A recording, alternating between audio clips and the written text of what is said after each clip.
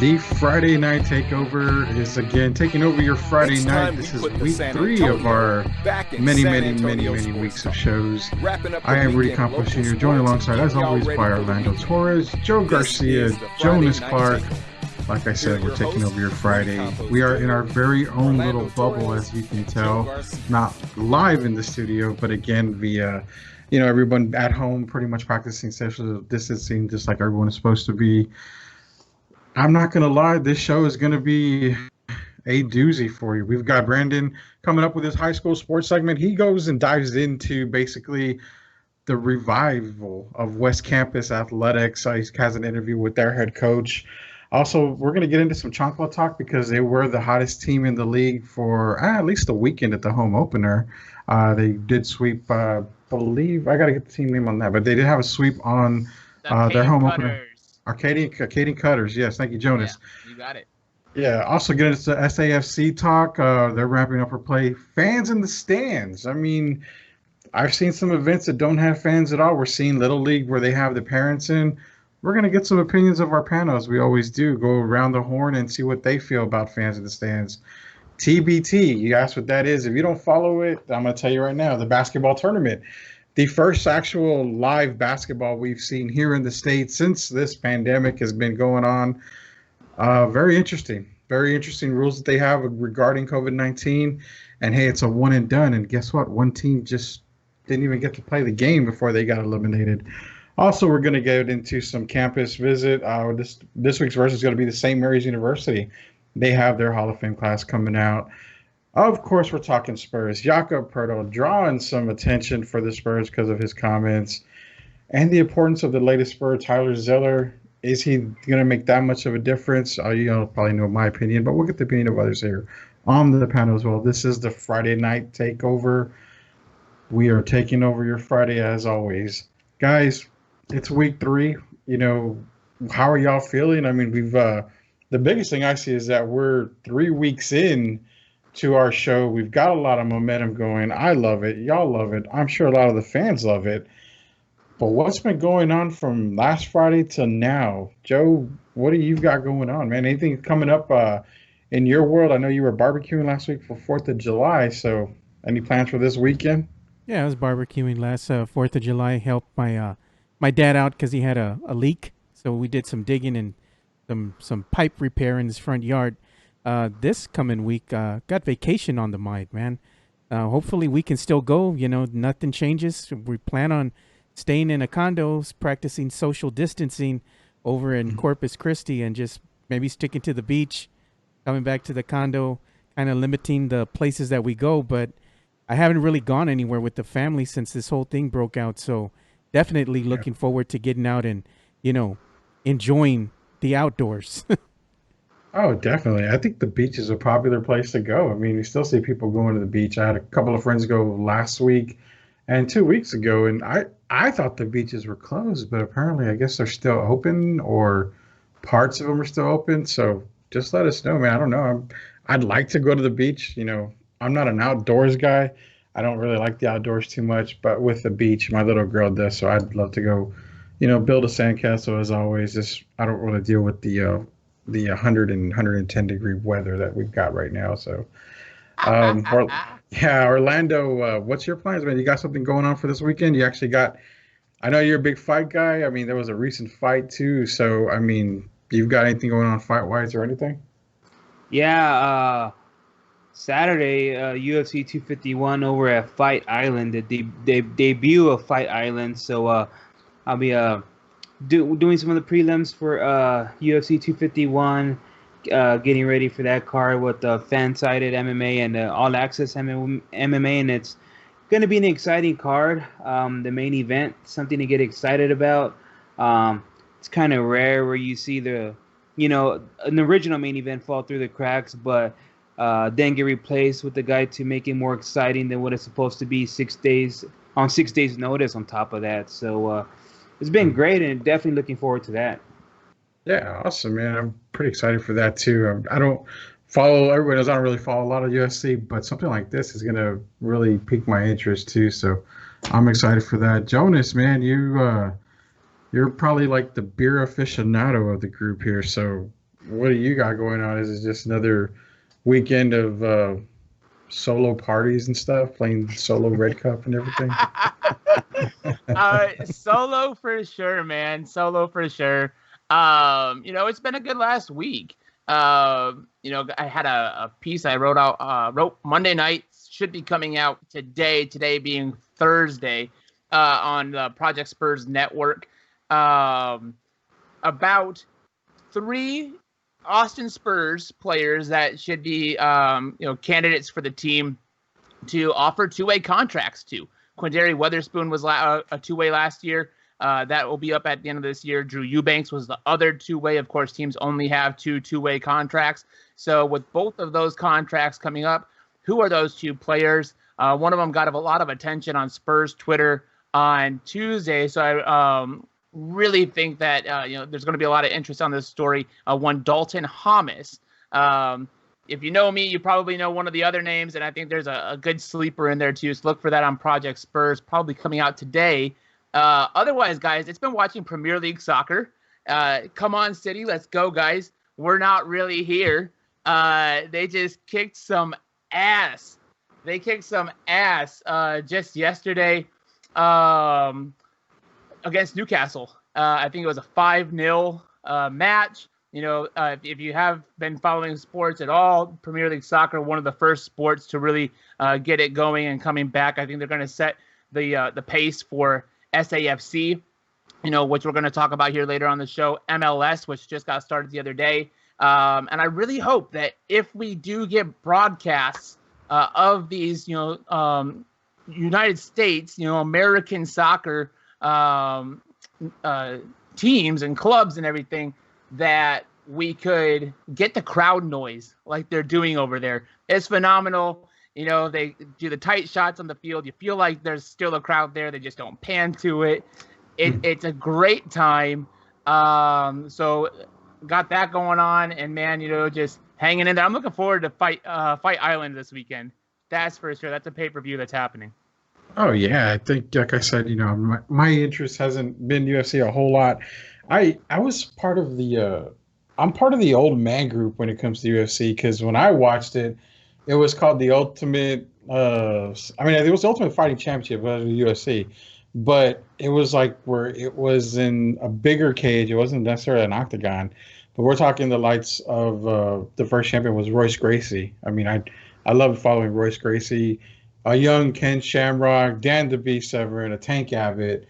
These original guys that brought it up, and, back then it was, it wasn't like now. It was pretty intense back then. It was free for all. You can do whatever you want, no DQ. So kicking a guy in the nuts was like, okay, sorry, my bad. But it happened. And just watching, and this is the thing, man, back then, this is where I fell in love with that original part of the UFC, is because you had to have I think it was 3 or 4 fights in one night.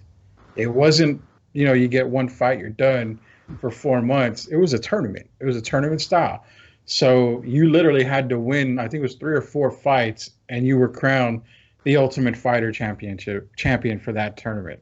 So I want to, before we get into this stuff, I want to pose a question real quick to Orlando, because is that anything that you could ever see happening again, or that's just too hardcore and it will never happen again, where you've got, like 8 fighters fighting one night in a tournament style? And I ain't gonna lie, man, seeing Royce Gracie at the end of the night hoisting the belt was great, but you could tell that his body was just tore up. Is that something you see whatever happened? Maybe Dana White had a crazy hair up his ass.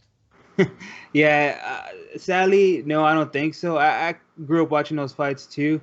Remember where, like, Tony Atlas, some of those boxing guys were considered like barbaric and like calling it, stuff like only skinheads would watch, and comments like that. But watching the days of like Wanderlei Silva and Pride, where soccer kicks to the head were allowed. I don't see that happening in today's MMA. You see a lot of fighters now clamoring for more money. Not only that, I think you see the health. fighters then, Ken Shamrock, some of those guys, Dan Severn. You see, look at the fighters now. Max Holloway, for example, he's been fighting in a UFC since he was 20 years old. He's about to be 29. He's 28, going on 29. That's a long time in a UFC. It's kind of compared to like a running back in the NFL. You kind of just don't see that happen all the time. A lot of times fighters have a good 2 to 5 year stretch. You will see some of those guys like Holloway, Anderson Silva, some of the Gracies, where John Jones, where they just have the long run, but it's not very consistent. A lot of fighters, Ronda Rousey, they'll have their time and they just drop off, and that's just the nature of the game. So to see fighters, have those many fights in a night, I don't see that, but I do watch some of those old fights. Still, just you are right about just the way how barbaric it was, the way it used to be. And they also used to use shoes, or they had boots on back then. They used to. That was before Dana and everybody else took over. But I like it now without shoes. But yeah, kind of you see people dressed up in, just the judo gear. People just dressed up like if you're just going to a regular street fight. So it is interesting to see the way the league started off and how far it's come actually today. Nice. Yeah, for sure. For sure. So I'm thinking that I would like to see that. I definitely would like to see that happen again one day. But you're right. I mean, there's so many safety issues and all that stuff that's probably going to happen. So there's no way to do it. But hey, speaking of safety, we've been talking about safety pretty much every single show. And, one of our main concerns is the high school football going around for San Antonio. The year starting, maybe will it start later? Will it start on time? We've just got recently noticed that I believe July 13th, they will start allowing teams to practice again. So that's a good sign, a good thing. That is perfect. So no further ado, man, strike up that marching band. We got to get into some talk with Brandon here because he's got a very special segment coming up right now. He talked to the head coach of West Campus. And for those of y'all, let me get Joe real quick for a quick minute here. Joe, give us a little bit of background on the whole West Campus situation because it seems pretty exciting that the athletics are coming back to it. Yeah, I'm a West Campus alumni. I graduated from there many, many, many moons ago, as did our good friend B. Damone. We grew up in that neighborhood over by Ray Ellison, and for those who didn't know, West Campus was an instrumental part of the community because a lot of people around there were reliant on the bus, and West Campus was close enough to where you could actually walk to school and walk home from school. So you didn't have to really take the bus, which was a big plus for everybody. And not only that, but it was one of the few high schools that was around that community over in the southwest side of town by Ray Ellison, Five Palms. The other school that was next to it was a middle school, which was Allen B. Shepherd Middle School. And then just a ways down the road there, you had Neil A. Armstrong Elementary, and then you had I forgot the name of the other elementary school that they had out there. It was Five Palms Elementary is what it was called. And you either went to one of those schools if you lived in that neighborhood, and then you always went to high school at West Campus. But there was a big storm, tropical storm. I believe it was in like 03, 04, and that actually flooded the school. And the school wasn't being utilized, and what was at that time, but what happened is that this happened, I believe, that it was during the summertime. And since the school just got flooded and there was low attendance and not a lot of, let's say, students were in that school, they decided to shut it down and then just transfer everybody over to South San. So between 03, 04 era all the way up until about a year ago, they had been without a high school in that area. So now West Campus is coming back slowly but surely. Means a lot to the people in that community. Especially the football program. We all went to the games. There was a rivalry between West Campus and South San, So it's good to see all these kids in that area getting that opportunity to play West Campus, football once again. And yeah, it means a lot, And I know once they have their first game, I'm gonna be there and check it out, But one of the things that I have to know is I must know if they still have the amazing basketball court. I haven't been to the school in quite some time, and me and B. Damone were talking, and we might want to go out there and check out and see if they did anything to that amazing basketball court.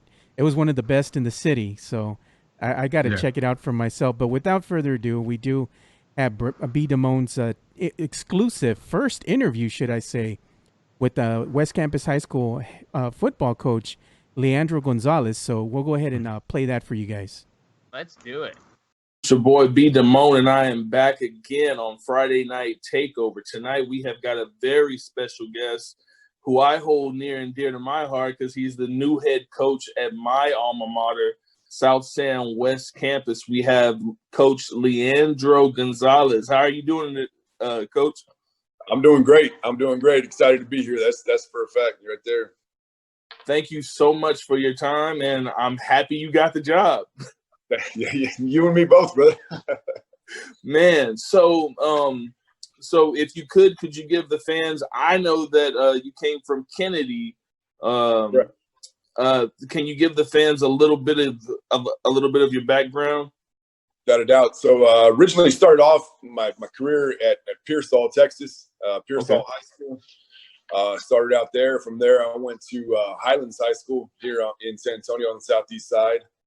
From Highlands, ended up going back to Pearsall as defensive coordinator for about a year, and then I came to O'Connor High School. From O'Connor to Brandeis, Brandeis to Kennedy. Kennedy's a place that I hold dear to my heart because I graduated from Kennedy. So, Awesome. It was kind of homecoming for me to go back and be the defensive coordinator there for a couple of years. And now here I am. Awesome. So accepting the job at West Campus, what are some of the things that we can expect from the football program? Is it starting off with are they going to have to build the classes up? Is it just freshmen and it's going to be a couple years, or is it going to be a case where kids can transfer to the school, or does that school being back now allow you to pull from like Southwest and kids from South San? Yeah. So from my understanding, they kind of opened up, had basically what I would call like a soft opening last year without, having every program available to kids. So they started off with a few kids last year that are in turn going to be sophomores this year. But the entire incoming freshman class from Shepherd will be coming to West Campus. And from my understanding, anybody that's zoned to go to West Campus will be coming to West Campus. So, it's going to be basically a building process, a 2 or 3 year building process that we're going to have to go through. Maybe starting off with just freshman football this year, possibly a JV football team if we can get the numbers up. And then by year 3, we're hoping to go, full blow with our varsity football team. Well, awesome, man. That's definitely incredible. I'm very excited. I will be there for freshman football. Yes, sir. Definitely. Well, I graduated from West Campus in class of 2002. At that time, it was Coach Bill Vickers who was the coach for the team there. So then after I graduated, the flood and everything at the school, and then they shut it down, and I'm glad that it's opened back up now. And what are some of your visions that you have for the team as far as, I know we're getting ahead, but if there was a style of offense or play, what is it that you have envisioned for the team to look like when they hit the field? Well, the biggest thing is, not getting into any specific details as far as, type of offense and that kind of stuff. Right.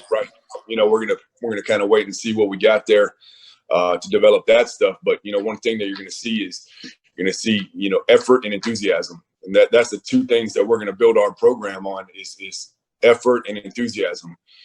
Going out and attacking every single thing that we do from start to finish, every single snap, every single play. Even in and out of the football, aspect and football field, we're just going to make sure that every single thing we do is attacked the same way we attack it on Friday nights. Just making sure that focus is there, every single snap, every single footstep with everything that we do. And that's, the main thing that we're going to build ourselves on and pride ourselves on. That sounds awesome.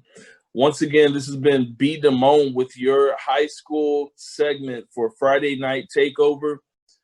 Make sure you follow me on Twitter and follow Coach. What's your Twitter handle, Coach?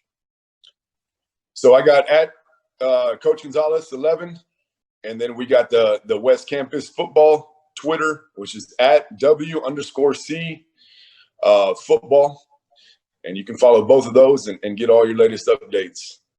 All right, make sure y'all do that. This has been B. Damone from Along the Wire. Hook 'em, birds up, 210. We are Fantastic out. interview with West Campus's football coach, Leandro Gonzalez. Real quick, for those of y'all that didn't really catch it, you can follow Leandro Gonzalez, head coach for West Campus. On Twitter, it's at Coach Gonzalez 11. You can also follow the, I believe it's the Bobcats, right? West Campus Bobcats football team at W_C football.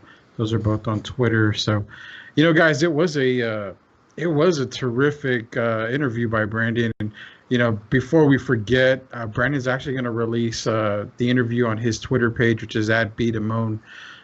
Should be, I think, this Saturday he'll be releasing the interview. He had a little bit more time to spend with Coach Gonzalez, so definitely y'all want to check that out on there. But, Joe, being that you're a graduate of West Campus, as Brandon is too, I mean, how excited were you to hear Coach Gonzalez talking about football team bringing, effort and enthusiasm from his players back to the field? I mean, having every practice as if it was a real game situation. He made me get excited. Like, he fired me up. I was like, I'm ready to suit up. Put me in, coach. Me and B. Damone were saying the same thing, and I'm like, bro, neither one of us, man, because we're big boys. We can't even make one lap. I said, if I show you my 3-point stance, I don't know if I'll be able to get up anymore. He started laughing at me because, we gotten old already. But, the coach inspires you, man. He gets you fired up. It's exciting, You can feel his enthusiasm just by what he was saying, and it makes you want to suit up and play for him, Yeah, for sure, man. It reminded me of the interview that I did with Gunslingers head coach recently. Just fire and passion, and that's what I love from these new coaches is that, and not only that, you throw on top of everything that you're not able to practice right away, and you're just salivating at the mouth to get back on that field, to get with your players, get them ready for battle. I mean, it's just a lot of enthusiasm. Orlando, I mean, like we've said before, you've passed through some of the practices when they were going on in high school before they shut them down again for the second time. Did that coach get you motivated for some Friday night football coming up? Yeah, no, he did, especially the way he talked about, just taking it day by day, year by year, kind of just not hitting it full speed, taking it year by year. By the time you get to year 3, getting ready, from freshman football all the way to hopefully having a varsity team. Like, he's really thinking about it long term, not just like, what are we going to do right now long term? And that alone fires me up. And that should fire up the community as well.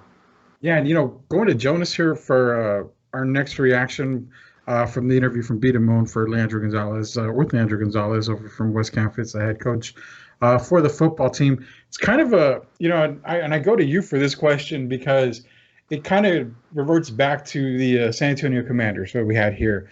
They're the most recent team that has literally played in San Antonio. So going with that concept, and then hearing from Coach Gonzalez, like Orlando just mentioned, getting ready for varsity football, what the coach is stressing is you got to start with freshman football. So you kind of got to start from the ground up and build that program. That's obviously something similar to what we've seen as far as the Commanders go. You've got a new football team coming up. You got to build up from the ground. Same thing with the Gunslingers coming in. They're having tryouts here pretty soon in the next month or two. So, is that just added excitement knowing that you're seeing something built from the ground up, hoping to make it like a title team or a contender year in, year out as a coach? Really, I mean, is that really exciting? If you were the head coach, how excited would you be to know, hey, I've got this entire, thing at my disposal. I'm going to make the best of it. So give us your thoughts, man. I mean, I'm sure the excitement level is like really, really high for a coach that's just getting ready to get started. 100%, Rudy. One of the big things that I think the approach is really important, in Orlando, you just spoke on it about the 2 to 3 year process. They're starting out with freshmen. They're bringing in a lot of students, through the zoning process, bringing the kids over from Shepherd. You've got to get them to buy into the Bobcats, right? Then you've got to get them to buy into you as a coach. if sports is nothing but indoctrination, if anything else, right? Because you're asked as a coach, you're asking your players to go out there and execute a game plan that they trust you to have put together an effective enough game plan to put them in a position to win that game. So you've got, I don't know what Shepherd's mascot is. I would rely on you guys for maybe information like that. But He was just named after one of the guys who went to the moon alongside Neil A. Armstrong. Right, but as in, are they the Bobcats? Are they the Tigers? Something like that, right? So I don't know who they are, but if it's the same thing with anything, that's high school pride right there. And so you're taking these kids as freshmen who don't have, they're joining a brand new school in West Campus again because it hasn't been there, and you want them to buy in. Same thing, like you said, with the Commanders. This is a new league, a new coach, a new everything, and you're trying to get them to buy into a new opportunity. So you're starting at this really intense level of, that first couple years, and by the time these freshmen are juniors and seniors and going out there and putting it all on the line for Coach Gonzalez, I just from hearing him and we've all kind of touched on it, on how just he gets you going. He makes you want to go out there and just from hearing him, want to go out there and compete for him or want to go out there and support him. Joe, if there's one guy that can get you down into an effective 3-point stance today, Coach Gonzalez looks the part. He speaks the part. Like, everything makes you want to go out and run through a brick wall for that guy, for him, and as a guy who, look, I come from Ohio, Northern Ohio at that. I don't know high school football in Texas to, like much. I know the major programs, and I know some of the major players that come out, but I don't have an affiliate down here. But as with most other things, when you get to hear a coach speak, especially with that kind of passion, guys, I'm pulling for West Campus. Like B. Damone said, I want to go out and watch freshman football, not varsity. I want to take my Saturdays and go out and watch some freshman football, because what you're going to see from these guys is, as Coach Gonzalez works with them, these young men, I think it's going to be really special to enjoy that process as it builds over these next couple of years. Look out when they become a varsity team, man. Yeah, and Shepherd is actually, their mascot is a cougar. The Cougars. So they're going from Cougars to Bobcats. No, they're Cougars right now is what Shepherd is. They're the Shepherd Cougars. Right, but West Campus, we're talking, are becoming the Bobcats, right? No, West Campus Cougars. West Campus Cougars. Okay, there you go. Cougars. I thought it was Bobcats. I don't know why I thought it was Bobcats. It's South Sand that are Bobcats. West Campus, we have a cougar on the top of our school. Okay. It's a cement cougar. Even we used to have a taxidermy cougar when you walked in through the main entrance. He was in glass and everything, kind of snarling there. He was quite old, dude, so he had seen better days.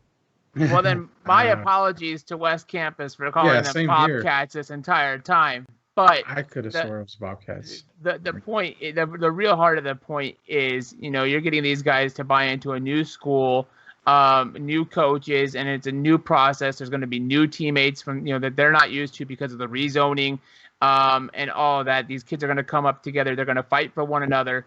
And like I said, by the time we get to some varsity football over there in West Campus, look out, because it's gonna be something. He brings an amazing pedigree, guys, an amazing pedigree.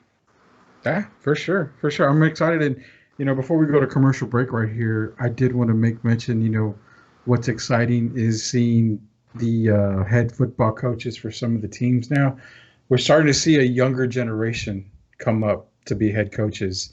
So yes, it's fresh ideas. These guys are, they're coming fresh out of, the coaches' rankings, and, to make transition of it, look at guys like Sean McVay and, other guys up, and, even, Kyle Shanahan's still relatively young too. Guys that worked their way through the coaches' rankings, becoming some of the best coaches in the league right now. In the NFL, we're seeing the same thing in high school. We're going to start seeing probably an abundance of youth coming up from the coaching ranks.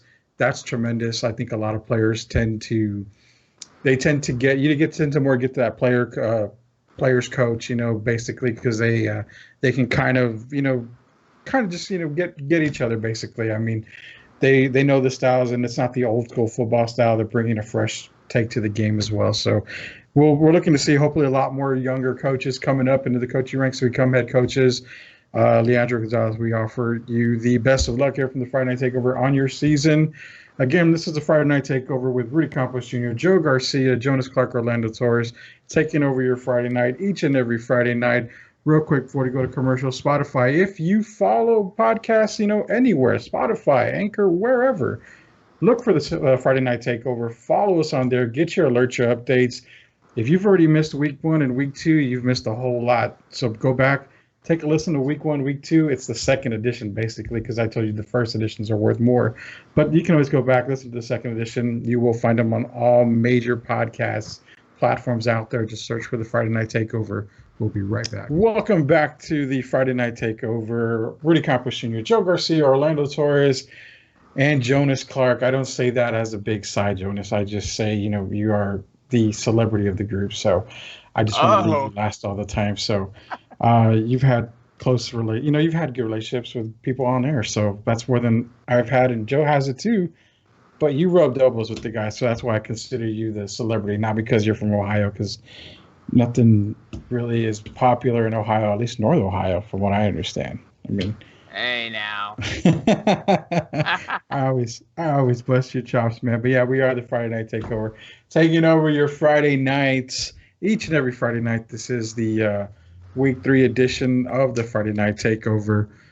We got off talking about high school sports, with Brandon Damone. He got Leandro Gonzalez on the phone, basically talking to him again. Just FYI, he talked to him a little bit more than what we had shown. It's really longer. It's a longer interview, so you can catch that on Brandon Damone's Twitter page. It's @BDamone, talking to Leandro Gonzalez, head coach of West Campus Cougars, not Bobcats, Cougars. So we'll be sure to correct that as well. But and a Cougars. Great interview.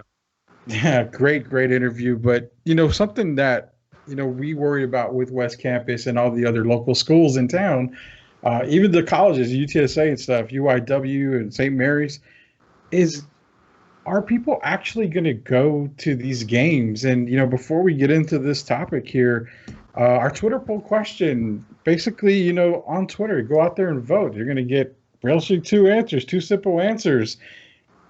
Tickets are available for these games. Are you going to buy these tickets, knowing that it still may be safe or it may not be safe out there? We still don't know. But, hey, if it starts to become a little bit safer, I'm one that, hey, if it's becoming safer, I will travel to Houston to go watch my San Francisco Giants play the Astros in August. I mean, are you out there wanting to purchase tickets ahead of time, knowing that, hey, it's worth going to, it may not be worth going to?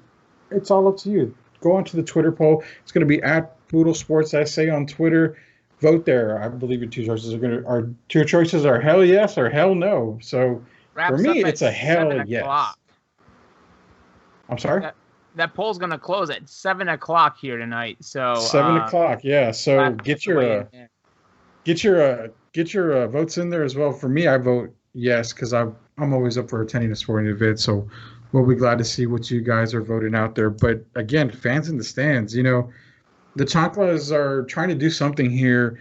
They're giving away a free jersey for, I don't remember if it's all fans or just a certain, the first. Guys, so the best approach that we're seeing as far as a regular season kind of deal, I think that goes to the USL and our SAFC.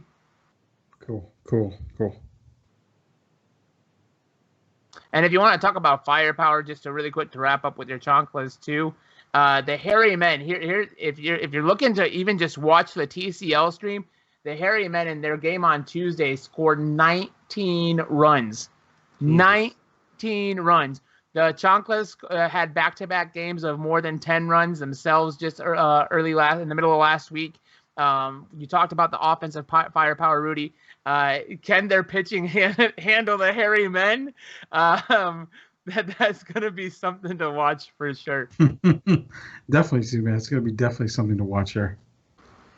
So, yeah, Jonas giving us great takes, man. The SAFC info, especially about the Hairy Men from Round Rock. I'm going to love saying that throughout this TCL season, the Hairy Men.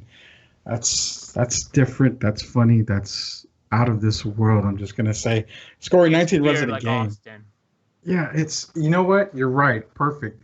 They are Round Rock Harry events, so it is weird like Austin.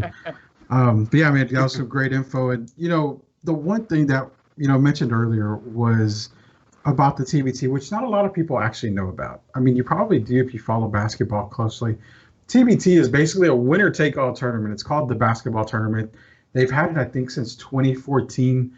Uh, it's a great tournament. You pay X number of dollars to get your team in, and if you lose once, you're done. You don't get a refund. You don't get a second prize. You don't even get a trophy like every league just about does, because we have to have these trophies for all places now. You get nothing. You get to the finals, you win that finals game, you get $1 million for you and your team. You get the recognition. Great tournament. A lot of great atmosphere, they played because of that reason. You paid so much money. You gotta win to stay in. So all these guys are fighting hard. It's a lot of former collegiate guys. You have a few NBA guys, former NBA guys in there. Joe Johnson is actually playing in the league for overseas elite. Brandon Paul, who used to play for the San Antonio Spurs, he's on one of the teams. He unfortunately got eliminated. I believe it was first night that they were there. So the reason why I'm bringing this up is TBT basketball is the first major sport. Now, when I say major sport, I know it's not NBA, but basketball is a major sport in America. It's the first major sport to be live without fans. So is the NBA looking at it? Is NFL looking at it? I am so 100% sure they are. Reason being, let me give you a little quick background on the TBT as far as coronavirus testing goes. Players get there. One by one, they get tested and they get their temperature taken. Now, they have the rapid test, if I'm not mistaken, they have the rapid test, so they know pretty quick if they're, affected or not. They go from there, they go and check in all their stuff. They are by themselves. They get to their room. Again, they get everything in there. They have, I believe, another test later on that day. So they get tested pretty frequently. I think it's up to 5 times is what they get tested. Um, but again, the reason why this is important is because this year, the TBT rules, if you test positive for COVID-19, your entire team gets sent home. It's not just you. Wow. It's your entire team goes home. Case in point right here. Team Eberline Drive was eliminated from this tournament a few days ago because one of their players tested positive. So they were eliminated from the tournament. Wow. It sucks. It's a horrible rule, but it's also a rule for safety. So again, this is something by TBT. And one thing I want to throw in with you guys as well is that every game that you play, you have to pack your bags and take all of your belongings to the tournament with you. If you lose, your team loses from that tournament site, you go back to the airport and you're gone. You do not go back. You do not clean your room up. You don't go get your belongings. You don't collect You're $200. Yeah, you don't pass go. You don't collect $200. You're just gone. So again, and if you win, you go back to the room. You have to unpack your stuff and then wake up, pack it up the next day because you got a game, and you go back to the arena. So this sounds crazy. It really does, but I like it because it's showing that even at an amateur level, that the COVID testing it's getting there. It's getting to where these people are aware, okay, we're trying to make it safe for everybody. It's a step forward to where we can invite fans back into the stands. That's what we've been talking about earlier. Now, I'm posing this question to you guys here to go around the horn. Is this something that we're just going to take the NBA? The NBA, all the teams are in the bubble as of today. Is this something that the NBA takes into consideration? Because we've already had players dropping out. We've had players who are on teams that have tested positive for COVID before they've got to the bubble. If you get that player or two players, do you send the whole team home? Or is it something where we've already signed 17 players? We're just going to send those two home and we'll just bring the next two guys up, for the team. It's like the umbrella question. Is this something the NBA should adopt? I mean, I say yes. I mean, I would hate to see, knock on wood, a Spur get it. and then they have to send the whole team home. But again, it's a safety measure. I mean, it's not like you paid $20,000 to get into the league. I mean, they're paying you to play the game. I get that. But as far as safety concerns go, you know, from what they say, you have to wait 14 days to see if you have any symptoms or anything. So I think it's probably best if they say, okay, if one player is positive, we send the whole team home. Or do they go further and say, we've got a couple of players positive, just shut it down? So adapting these rules from the TBT to the bubble and the NBA bubble, let's go around the horn. Let's start with Orlando on this. Orlando, how do you feel it should work? I mean, how does TBT and their way of showing everyone how it's working affect the NBA and their start over in the bubble in Orlando? Yeah, I as complicated as that is, I mean, it's kind of like the price right now. You know, you got to go through to kind of have sports like this. It's just those safety measures, and I think that will be some of the good rules for the NBA to adopt from the TBT, because you looking at a lot of players and their concerns is they just want to see the league show that they care about the players, and maybe not so much more about the product and bringing in revenue, and caring about the players that are out there on the floor that are putting on the entertainment. So as devastating as it may be as one player testing positive and having to send a whole team home, it just shows that okay, we're not going to replace that guy with some other guy, because who knows at that point if the virus is spread. I like the thing too with packing up all your bags and not being able to go back to your hotel room. I don't know if the NBA is going to do something similar to that, but I know they are doing the whole quarantine thing. But that also shows that they're just caring about their players in general, especially going with Orlando and trying to make something out of nothing. So that will, I hope to see something like that. But that does show that they do care about their players overall than the product overall. Yeah, it does, man. It does, and like you said, it's a tough price to pay. I mean, but it is safety. We want all these guys. Say even the coaches, Coach Pop. Coach Pop announced that he's going to be going to Orlando to coach the team. So we want everyone to be safe.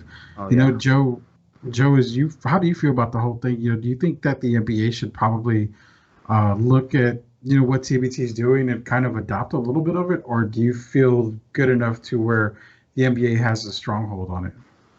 I think the NBA should take a look and see what the TBT has done as far as their safety measures go, because to me the TBT is practicing the extreme measures, but I can see why they're doing it. They're doing it to protect the players, and first and foremost they have the players' safety in mind. NBA, they have the safety of the players in mind and the coaches, but at the end of the day, I just feel like the NBA is in it because there was too much money to lose. Now Yeah. I still have this thought in the back of my head that the NBA season will abruptly come to an end at the bubble, because too many of the players and or coaching staff, or maybe even some of the coaches, might be contracting COVID-19 at an alarming rate. And I think if that happens, they're just going to have to pull the plug. But you got to commend the TBT for what they've been doing out there, because to me, just with all the safety measures in place, they've kind of set the standard by which everyone else is looking at. Hey, should we kind of do the same thing, or is there something else that we can borrow from them but make it better? So definitely everybody's looking at what TBT has done. True that. True that.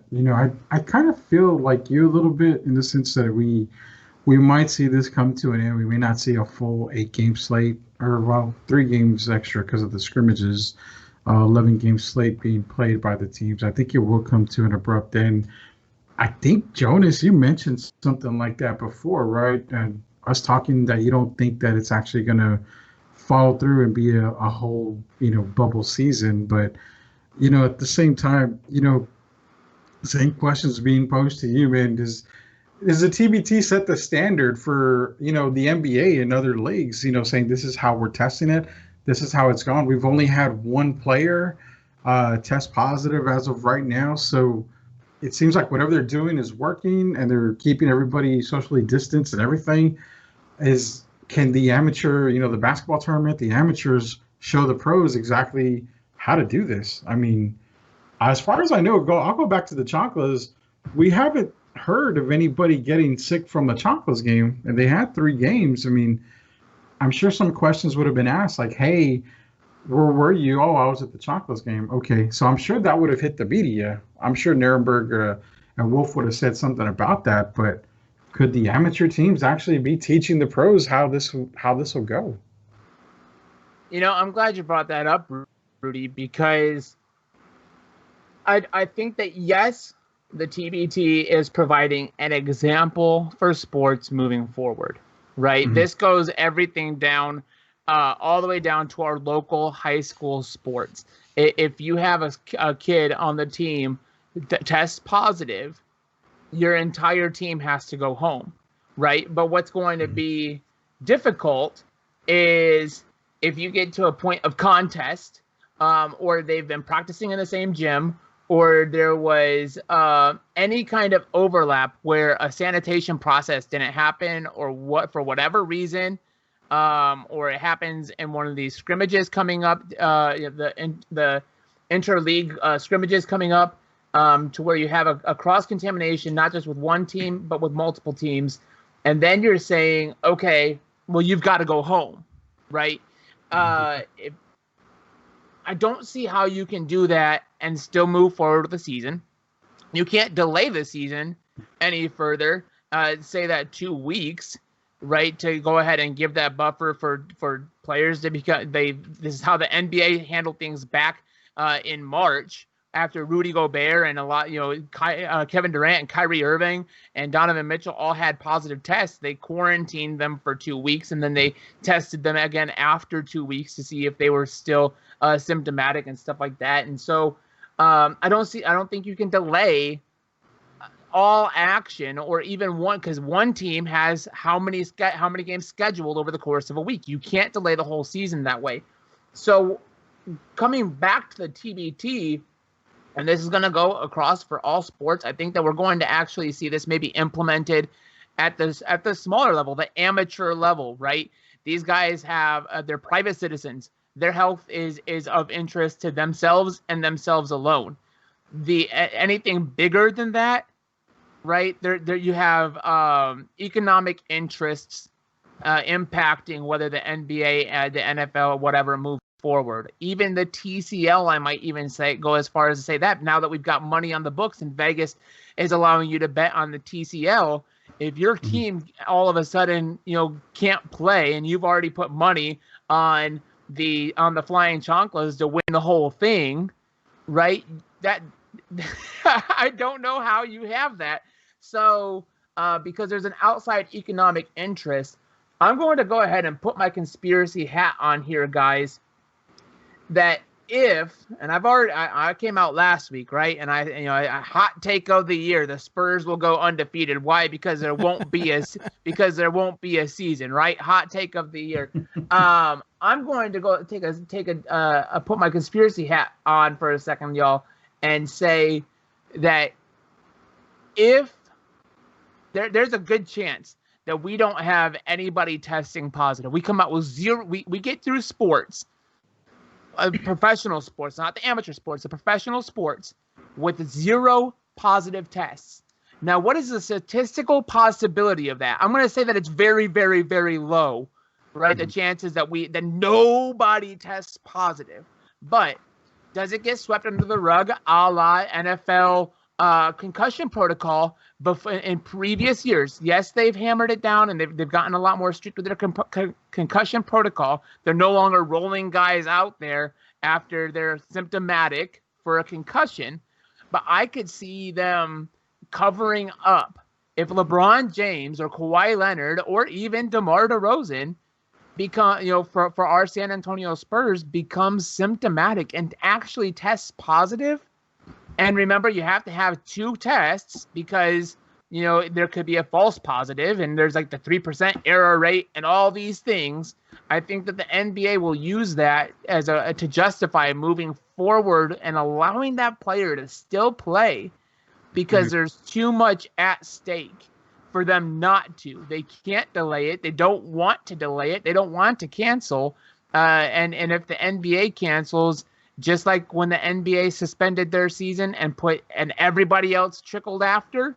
I think that if the NBA has to suspend their season again or cancel their season, you're going to see everything trickle, and then you end up with a situation like the Ivy League, to where they've canceled. All right, welcome back to the Friday Night Takeover with Jonas Clark, Orlando Torres, and myself, Joe Garcia, -1 Rudy Campos Jr., who had to actually handle some business, so he won't be rejoining us for the rest of this Friday Night Takeover.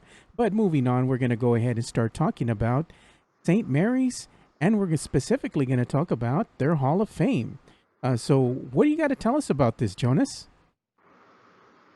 Right on, Joe. So yeah, St. Mary's they back on, I think it was June 4th. They released their Hall of Fame class of 2020.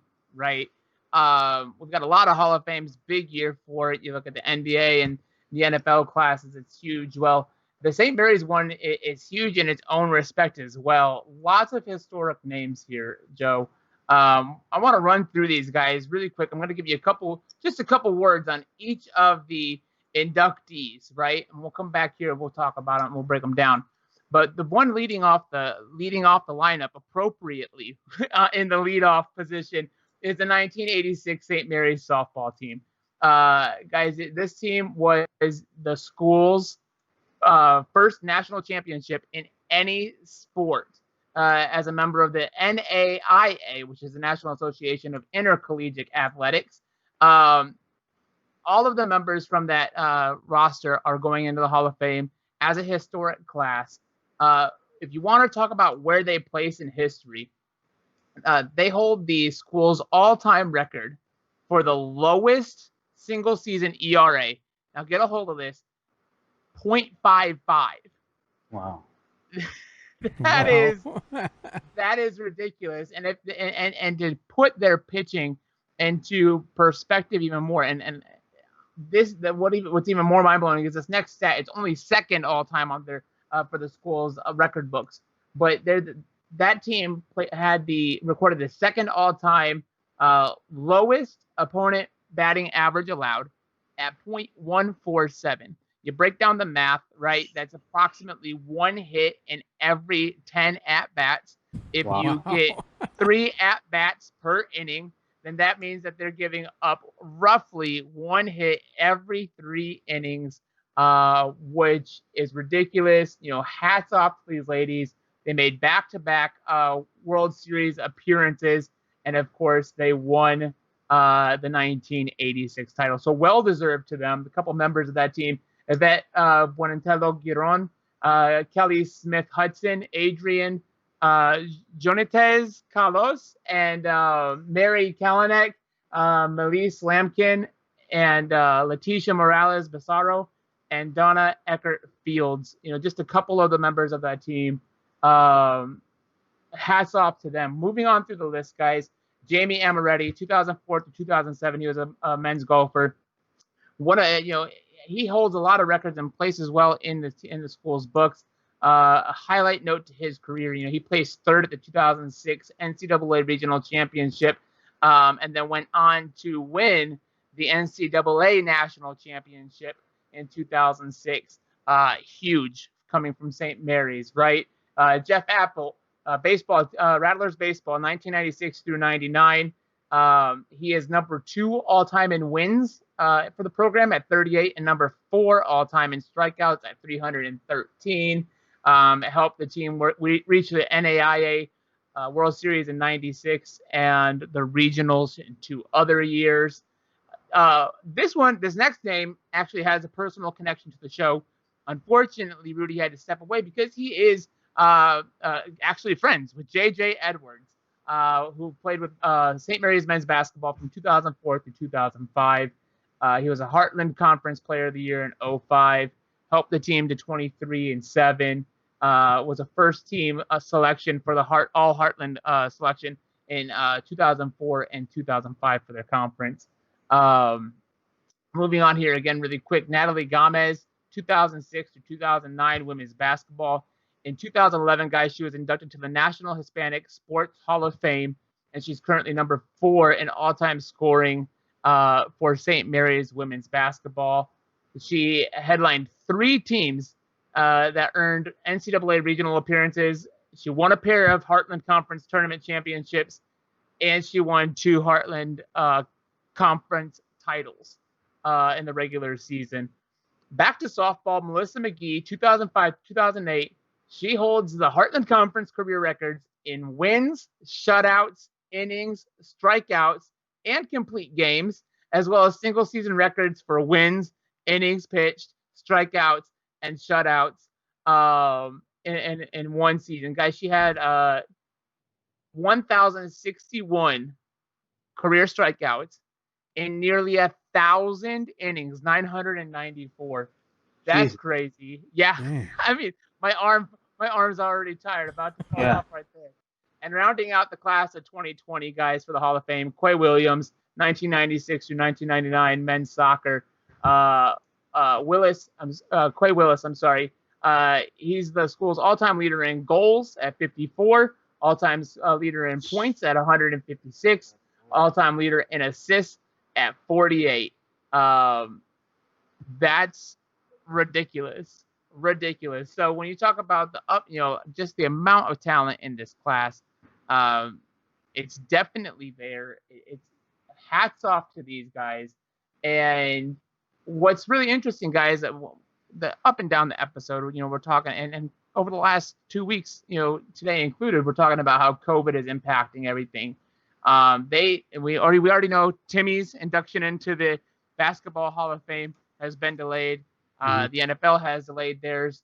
Right now, there is no delay that we've heard of on the St. Mary's class. They're looking to be inducted on Friday, October 16th, where they'll celebrate everybody's enshrinement, and it's awesome. I mean, hats off to them. If you guys have any weigh in, like, what do you think about this class? It's top notch, yeah.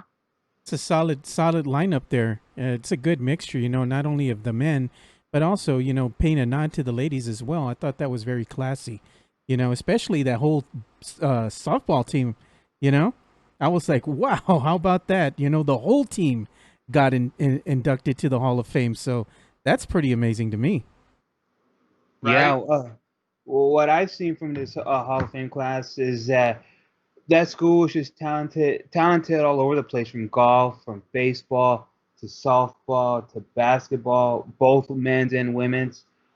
Just talent all over. I like the quote or the comment that Quay Willis's coach had to say about him, that Johnny Clifford said in the end of it, said where he just showed himself to be cream of the crop.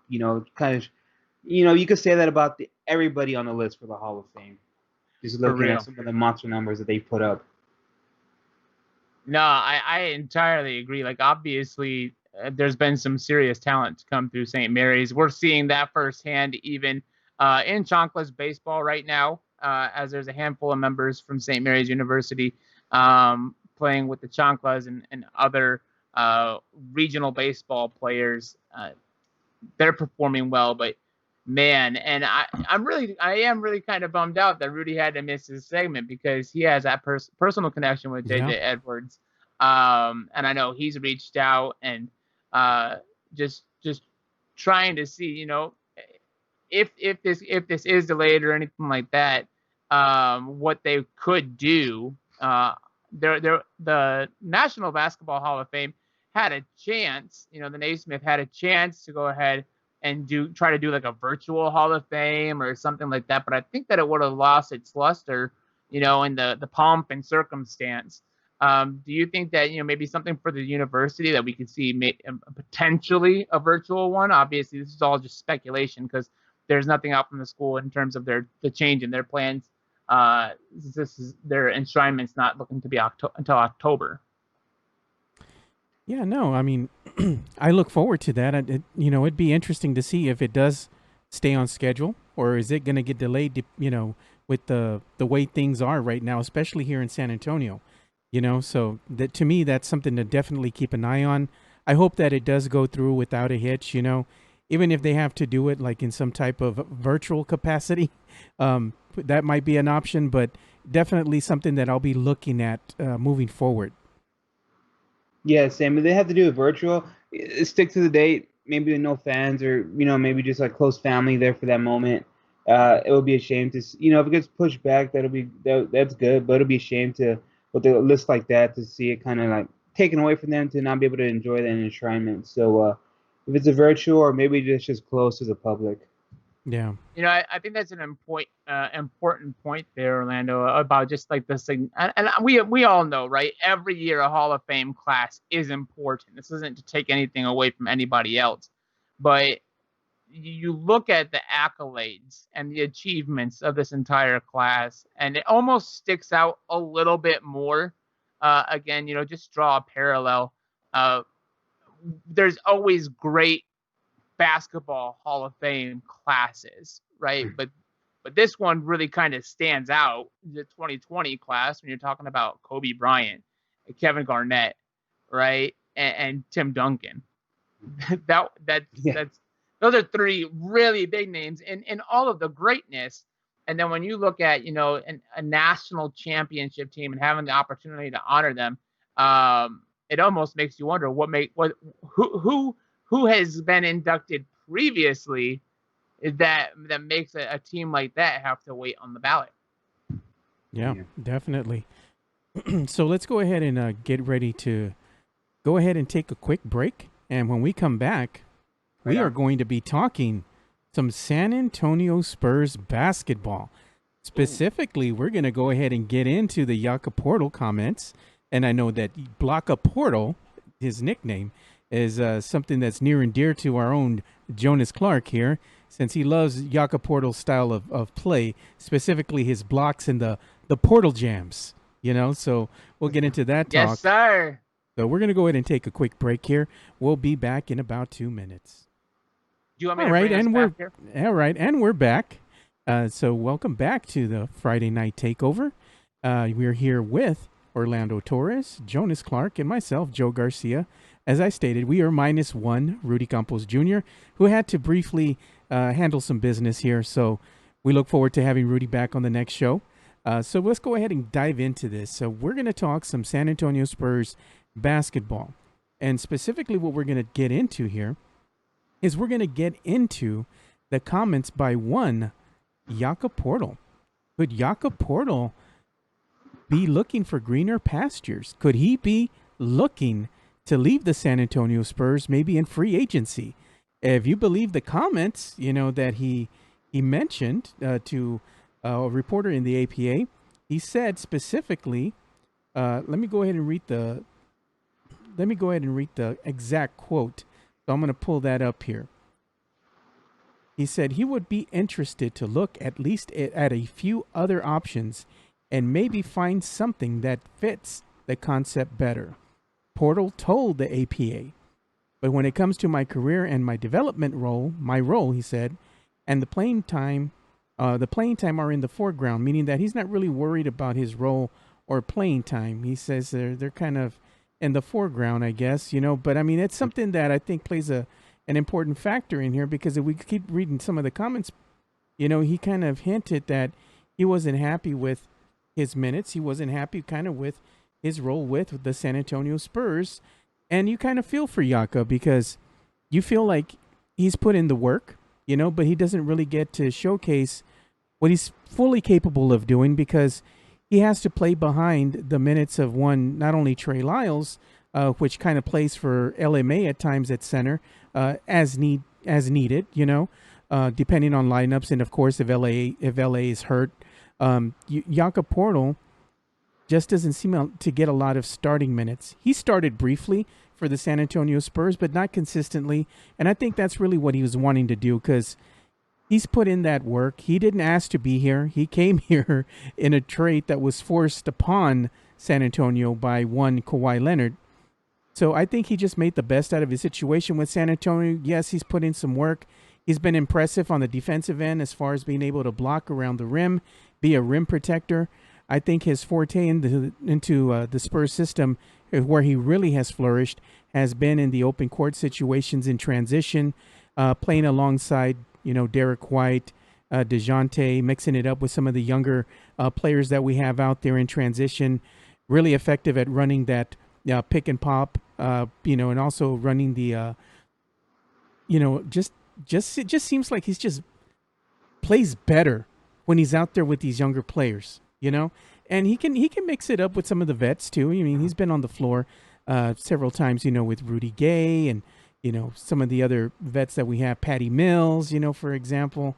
But it really hasn't, as far as his career goes with us, it really hasn't transpired into what he would say he's happy with. But I think that is him being young. So with that said, we're going to go ahead and transition to you, Jonas Clark, since this is your boy, Block Portal. What do you think? What does your heart tell you? You think he's, going to look and see what his options are? Or do you think it's just, hey, I'm going to look at my options, but I'm going to stay with San Antonio? Or do you think he's going to look at his options? If the money's there, he's going to bounce? Well, Joe, I think, obviously, this guy's my favorite player. I love defense. I think a lot of us here in the city do. I believe that the block is better than the dunk any day because it's harder to do. It takes more finesse. It takes more timing, and it means that your motor doesn't stop. Right? If you're 6'6", I would hope that you can throw a basketball down, but not every guy can block as effectively as my man Block Pirtle, which I do take full credit for that nickname. You can check my Twitter. But to that point, I think that he's gone. This tells me the feeling of this comment, where he feels like he's been underutilized. Yeah, we can all see it. Is there reasoning to his underutilization? 100%. This is not all on Coach Popovich. We've talked about it here. I've taken it to Spurs Twitter in comments, in threads, many times. And because you're defending Jakob Portal. I'm actually not. I'm defending Coach Popovich and why Pirtle might feel slighted, because Pirtle hasn't earned all of the opportunity that it is that he's looking for. And I understand that he wants a chance, and everybody wants a chance. But you got to understand what Jakob Pirtle brings to the table. He's got great defense that you see night in and night out. But for a true 7-footer, he's 7'1". He doesn't bring down the rebounds. For a man who should be a walking double-double, especially in a pick and roll, as effectively as he runs it and moves within it, you would expect at least 10 and 10 every night. But you're seeing stats more like 4 and 7. And I understand 16 minutes a game. That's not a whole lot. But you got to make the most of the opportunities you're given and execute before you start asking for more playing time. The other thing to work against Jakob Pirtle is the fact that his poor free throw percentage. I mean, it's garbage. It's right around 48%. You're going to lose opportunity, especially when the team is playing from behind oftentimes, and represented by the fact that we're in the 12th seed right now. When we're playing from behind a lot, you lose opportunities to have minutes at the end of a half when you're trying to build momentum going into the half, and then when you're trying to maybe stay close into a game or protect the lead late in the game.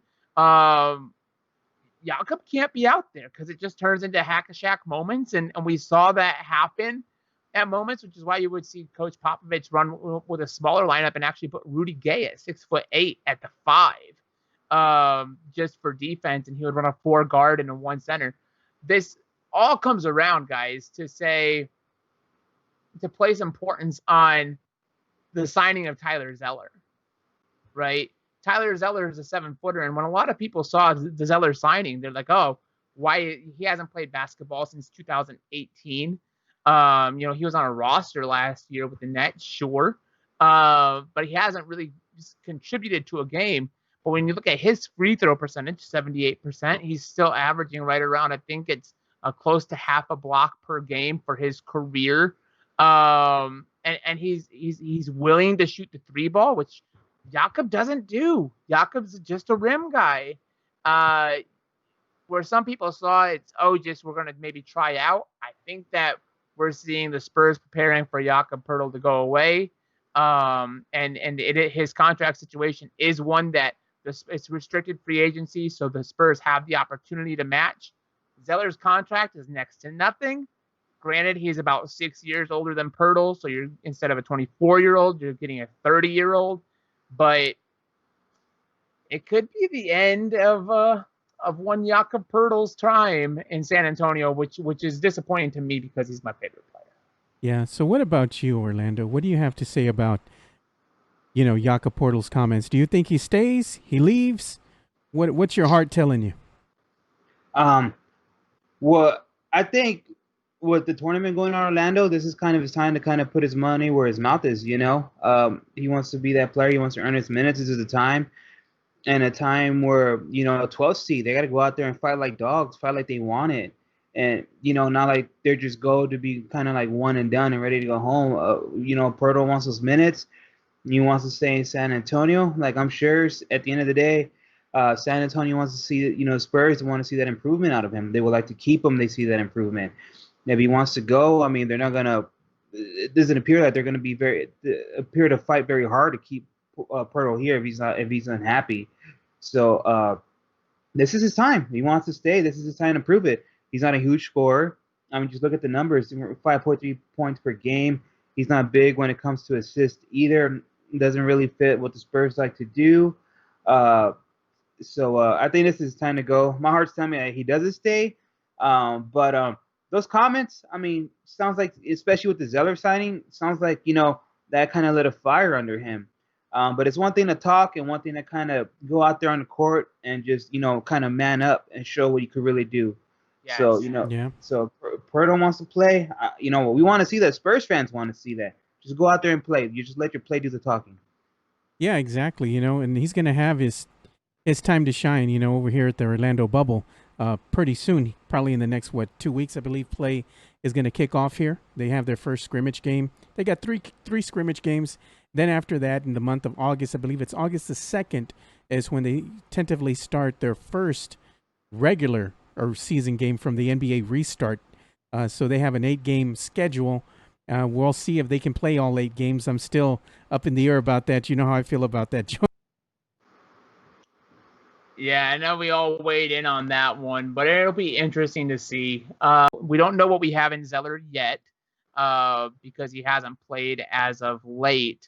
But do you think that the team, with LaMarcus's contract being done after 2021, Trey Lyles is up after 2021 as well because he was just a 2-year deal.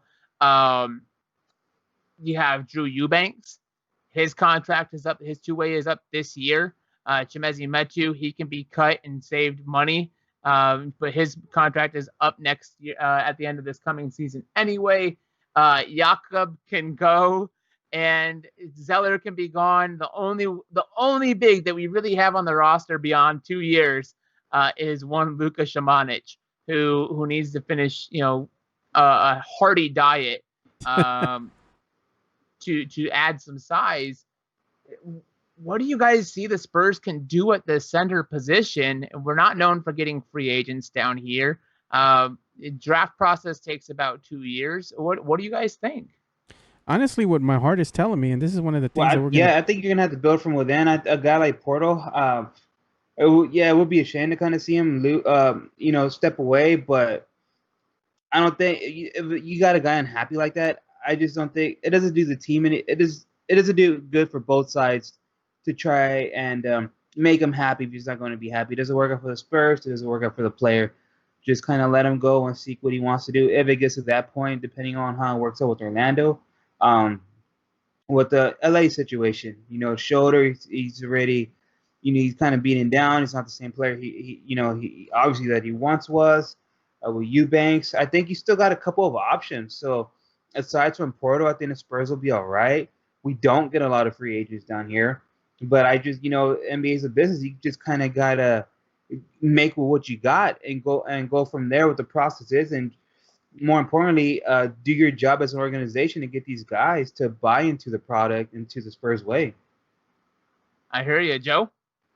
Yeah, I kind of think that my heart tells me that We the might have Spurs. lost Joe there, but I think we're coming up to it's a kind of a wait and see game as to how the Spurs want to approach that center position. Obviously, we're looking a little bit ways down the road, how this can all turn into a really rough situation. I'd like to see the Spurs match any offer on Pirtle. They've got a lot of decisions to make as far as the young guys, but I think that as far as a center moving forward, a guy who moves as well in the pick and roll. No, he doesn't space the floor like a typical stretch five can in the NBA. He still does a great job at clearing the lane for our scorers. I think it's worth the investment. Hopefully, Pop can get him some playing time and turn his feelings around. Pirtle being my favorite player, you know, I want to buy his jersey, right? I want to buy a Pirtle jersey, but I'm not buying it till he sticks around. But I will settle for a card, which kind of brings us into our next topic. But yeah, so this weekend, is the San Antonio Card and Collectibles show out at the San Pedro Event Center, Saturday and Sunday. We'll get into the hours here in just a second, but we're talking about Pirtle, my favorite player. I like to collect the memorabilia on my favorite players. I got some items here to show you guys if you're interested. But that I want to try to get out there and find a Pirtle card because I don't have one yet. Do you guys collect? I want to hear from you guys. What do you have memorabilia wise? What have you had if you sold it? Let's talk about some of our favorite items and stuff like that. I want to hear. Do you guys collect? What do you got? Well, I used to collect years ago, but I kind of got out of that. But I was collecting hot and heavy there in the '90s, especially all the hoops and the upper deck, Fleer, Skybox. So I have tons of those Nice. cards. I got several holograms. I had a David Robinson hologram.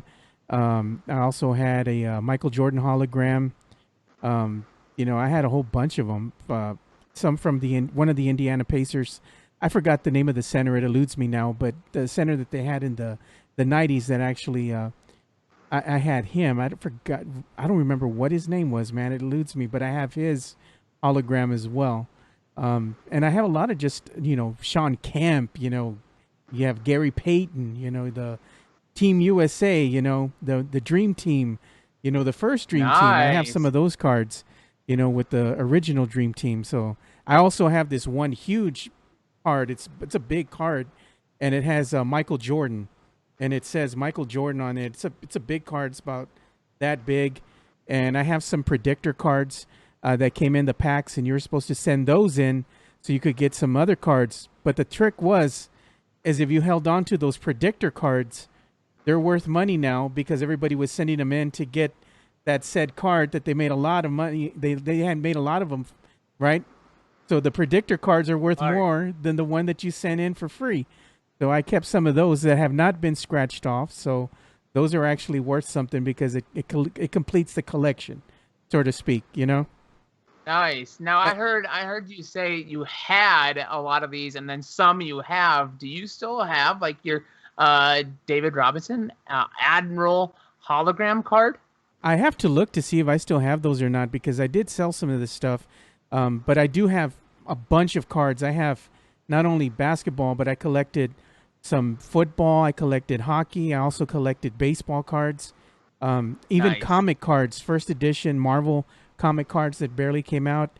I had the Spider-Man and the Green Goblin holograms, some other holograms from them. Even some Star Wars cards I collected. I got some of those. So I collected a whole bunch of stuff. I collected these weird little bottle caps that they have. They're made for baseball collecting, right? So they have your Oh, yeah. favorite player on them. They're little caps, they have some of their stats on it. I got some little booklets from some of the greats, that came through here. Mickey Mantle and all them. So I got some of those. They're not worth anything other than just it's a cool little booklet to flip through with the player's stats, kind of like a cheat sheet, but it was cool nonetheless. I said, hey, I got to have this, man. So I collected all sorts of weird stuff. I still have a lot of it though, and I have a lot of comics that I collected. I do have a lot of those first editions. Spider-Man. I Wow. have first edition Spawns, with the actual poster in it and the actual what do you call it? Like a little thing that you had to send away once you had so many. You collected not only Spawn but some of the other comics that came out from Image, and you would send those in so you could get like a free poster and stuff. So Oh, nice. I didn't tear mine out. I kept them in there, so they're worth a little more. Right on. Joe, I think it's cool that you mentioned, that you have, you dive into the nerddom too. You got comics, and extra items. The San Antonio Card and Collectibles show. You can buy, sell, trade. It's not just sports cards and memorabilia, but comics, toys, Pokemon, and much more. Orlando. I want to hear what do you have? What have you had? Is there anything you're looking for? Do you do the nerddom too, or what do you collect? I used to collect a lot of comics. I still do once in a while. Love me some good stories. Do a little writing myself. So I got a lot of DC stuff, Marvel stuff, of course. They made a show about not the a couple of the Walking Dead stuff as well, and Ninja Turtle stuff as well. But as far as on the sports side, bunch of Cowboys and Spurs stuff. Fun story. I've been a couple Cowboys games, and Bill Bates. They do. He does a little local show out there in Dallas, in the Arlington area.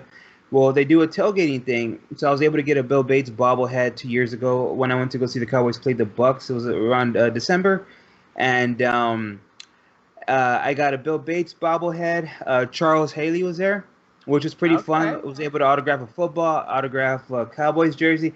Funny story, man. It was so exciting, collect that Bill Bates bobblehead, see Charles Haley, big man, him with all his rings. And the Cowboys were playing the Eagles. It was a game where Amari Cooper torched the Eagles. So it was recently. Oh, yeah. It was that game. And, this is obviously before the game started. And my dad's an Eagles fan. Don't ask how that happened. Oh, man. I'm born and raised a Cowboys fan myself. Dad's an Eagles fan. This man has the guts to literally show up in the tent with the Eagles jersey. Charles Haley kicked him out of the tent. Which just put me in a weird spot, because that's my dad. It's like, same time, you know what I mean? It's Cowboys Nation. So literally, it was, you could tell that Charles Haley's a little intimidated guy, you know what I mean? He's a scary guy. So, Right. Yeah, that was a fight my dad was not going to win. So I'm glad it didn't get that far. Let me tell you that. That would have been on Barstool or TMZ or something. I'm telling you.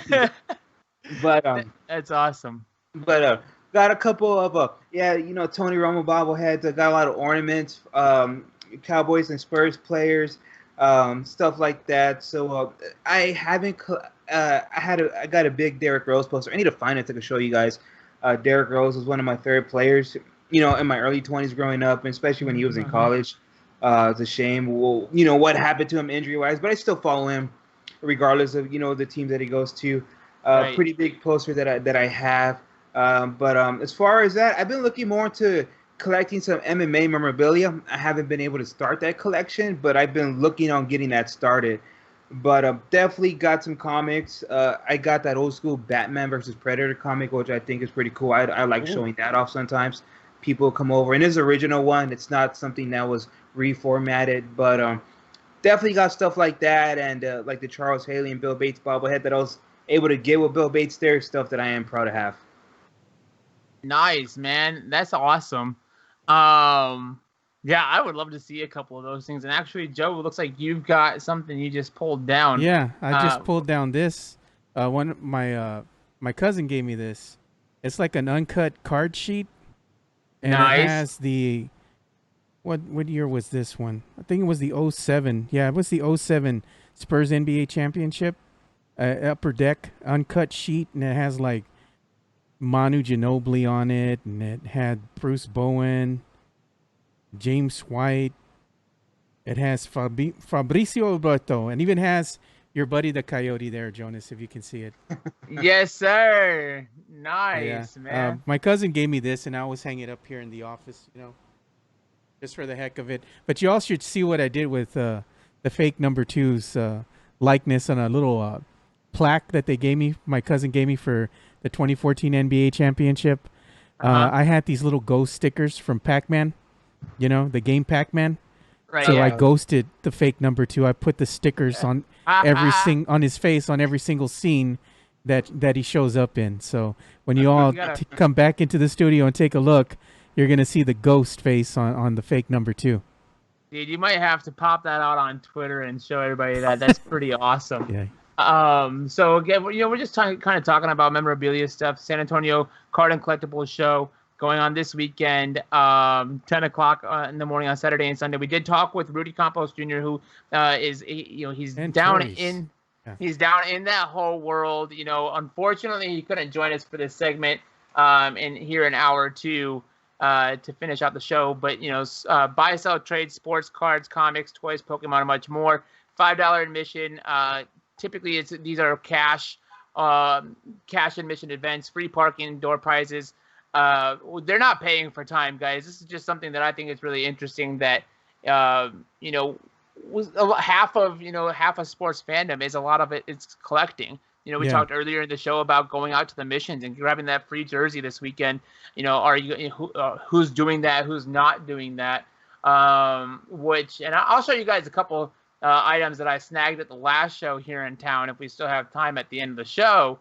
But speaking of going out to the Chocolates game and picking up jerseys, we're gonna take a break here and here coming up. But when we come back from the break, we're gonna get back into that and really talk about some of the events coming through town before the end of the summer.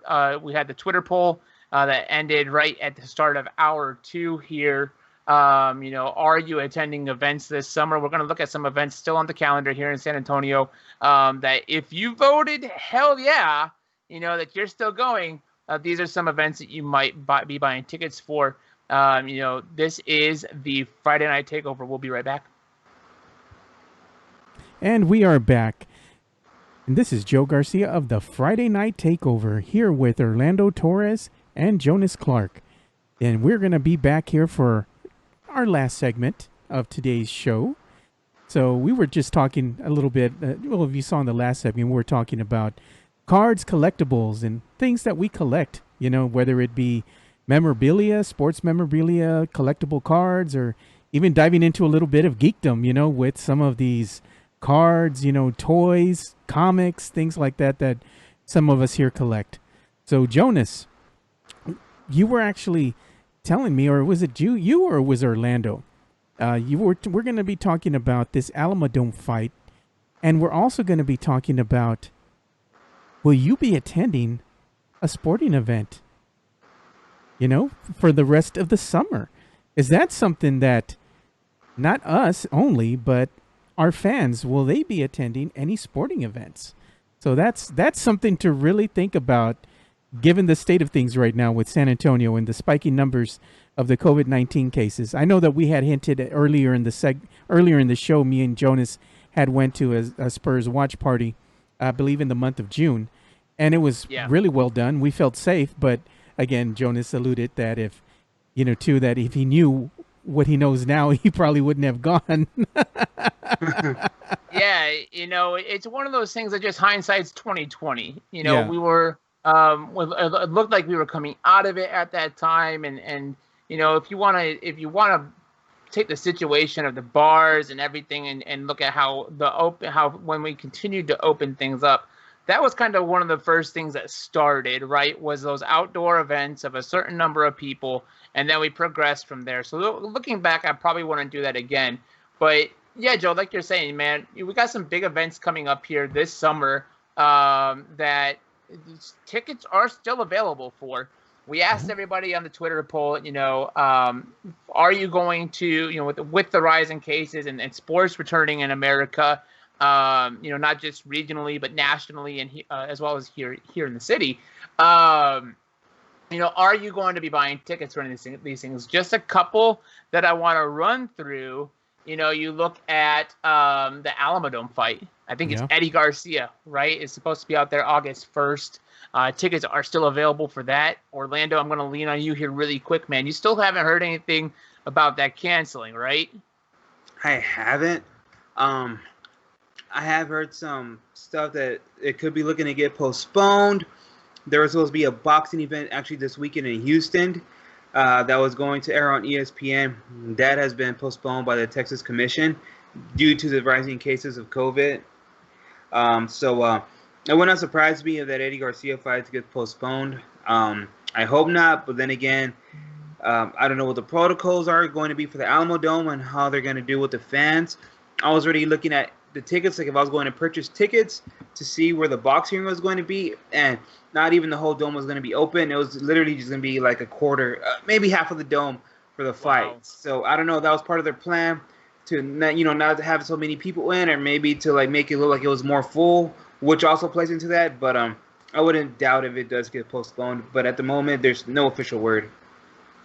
That's really interesting about the amount of tickets available.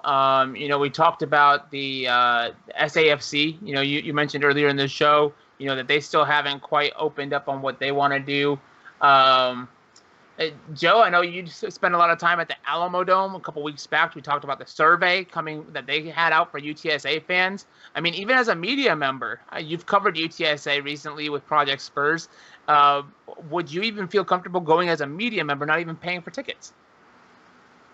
It would just depend, on the protocols. I'd have to actually hear what they have lined up. How are they going to practice safe social distancing? Because if they only allow, let's say even 50% capacity in the media room, I mean, when you're in there, it's packed, it's jam packed. So if you only have 50% capacity, I mean, it's not even worth going at that point, because you're not going to have fans in the stands, period. You can't have that fan reaction. And then, not only that, but I would feel bad going knowing that somebody else is missing out because I'm taking that seat. Where in the past you would go in there and you would sit down in the media area and you were there with amongst your peers. Everybody there is covering for their respective outlets. This kind of changes the dynamic entirely. You can still cover the game without being there, even though you're not going to have access to all the information. All the latest updates that they have there. But if you follow the game online and you look at the stats and the other places to look at all the latest information, you can still do a good job of covering the game. And honestly, with today's times, I'd probably feel safe just covering the game in the comfort of my own home, because I don't want to be a danger to others out there, because heaven knows if you even have it or not. You just never know, Right. And I guess, let's go ahead and weigh in before we run out of time here. Get a final answer going around the horn. We'll have to have Rudy weigh in on Twitter or something here, just to get his official. But I'll send him a text. there you go. Send it while you're texting Rudy. Orlando, are you going to a sporting event? Are you buying? Let's stick this with buying tickets, because the average person out there too is talking about buying tickets. $12 for a Chonkless game. Even if it's $20 for an Alamo Dome fight, are you buying tickets for any event this summer? This summer, no. I think it's just too soon. I will be playing it by ear, because getting closer to the fall, going to see a baseball game, you know what I mean, just that weather, like you hate to miss out on that. But at the moment, with everything going on, I'm holding back, and I'm just enjoying it from either the radio play-by-play or on TV, however I can. I hear it. Joe, I feel like we kind of got a hint at what you're feeling, but let's go ahead and put a nail in it. Are you buying tickets for any events this summer? This summer, I'd probably have to say I'm just going to probably wind up playing it safe. The only thing that I would consider buying a ticket for would be going to check out the San Antonio FC. To me, that's something that I'm passionate about. I love soccer. I love watching soccer. And like I stated, if the Spurs do a great job like they did with that watch party, I would heavily consider going. But more than likely, I'm just going to sit this one out until, the cases start to dwindle down, because the spike is not going away. It seems like it gets worse and worse every other day. So I think playing it safe is the way to go for me. But just because I have a family, I have children, I got a wife, that's on the front lines, going in and doing her thing every day over at Methodist Hospital, because she is a nurse. So I always have that in the back of my head, not just thinking about me Right. specifically, but the other people that I can affect. Exactly. No, I hear it. And while we wait to hear back from Rudy, we'll see if he can squeeze his take here in before we wrap the show, guys. While I want to say that, there might be a stipulation that I might go ahead and attend an event, I'm going to go ahead and say no as well for myself. I don't see myself attending anything this summer. The fall might be a stretch. I'm kind of with you, Orlando, there as well, where it's just like we'll see how it comes. But right now, I just really don't think that we're going to get it in there. We still want to hear from you. Our Twitter poll is already closed, but you can let us know, at Puro Sports SA on Twitter. Drop a comment on the bottom on the poll and let us know how you're still leaning on it. At Friday Night Takeover on Facebook, and you can also hit us up at Puro Sports SA on Instagram as well. Weigh in, let us know. We still want to hear from y'all. Have we heard from Rudy yet? Has he weighed in? I know he's busy with he work. hasn't. He hasn't yet. I texted him, but he hasn't. He's probably busy. He's probably in transit right now. He's driving, picking up some stuff from work, so he's busy doing his thing. But I'd like to give a quick shout out if we could, to Kendo Castaneda. Kendo Tremendo Castaneda, local fighter here, was featured on ESPN's Top Rank Boxing Tuesday. He did great, against his opponent, Jose Cepeda. He's a top 3, ranked top 3 in his division. And I think, Kendo did a great job of, being in the ring and, staying in there. He finished the full 10 rounds, and I think he showed that, he belongs in the ring with some of the best. And I look for great things out of a nice, well-rounded fighter that we have here in San Antonio in Kendo Castaneda. So just a shout out to him. And, regardless of what happened, the outcome of the fight, we're still proud of the effort that he put forth. Nice, man. Couldn't agree more. Oh, we did get a reply from Rudy. Okay, here we go. Rudy says, last minute, there we go. I'm all for it as long as the safety measures are put in place for everyone's protection. So Rudy would actually go if the safety was, up to his standards. Oh, he wants to go see his Giants, so I know where he's coming from. He wants to go to Houston. I hear it, man. It's going to be one of those things. We're all going to have to gauge our individual situation. I trust Rudy. He's going to go ahead and he's going to use protection. Everybody out there, use protection. When you're out there in public, it is still a transmitted disease, COVID, even though it's not pregnancy or an STD. It's still transmitted when we're out there and not taking care of ourselves and protecting ourselves. So I think that's going to go ahead and do it, guys. Thank you for listening to another Friday Night Takeover, allowing us to take over your Friday night. Shout out to @BDamone on Twitter, BDamone, of Along the Wire. Great segment right out of the gate with the West Campus coach as they bring back the football program over there. Awesome conversation with everybody here on the show. Guys, we'll do it again next week, yeah? Yes, sir. We'll be here next week, same time. Only thing is, I'm just going to let the listeners know, next week when they go live, I will not be here because I will be on vacation with my family. Yes, I'm finally going to get out of the house and get out of San Antonio and do something. So I'm quite excited about that. But make sure you guys tune in, support Jonas, support Orlando, and Rudy Campos Jr. So with that, we're out. Peace. Y'all be careful. Have a great weekend. And please make sure you like, follow, and share find us at Puro Sports SA on Twitter. So with that said, we're out. Have a good weekend.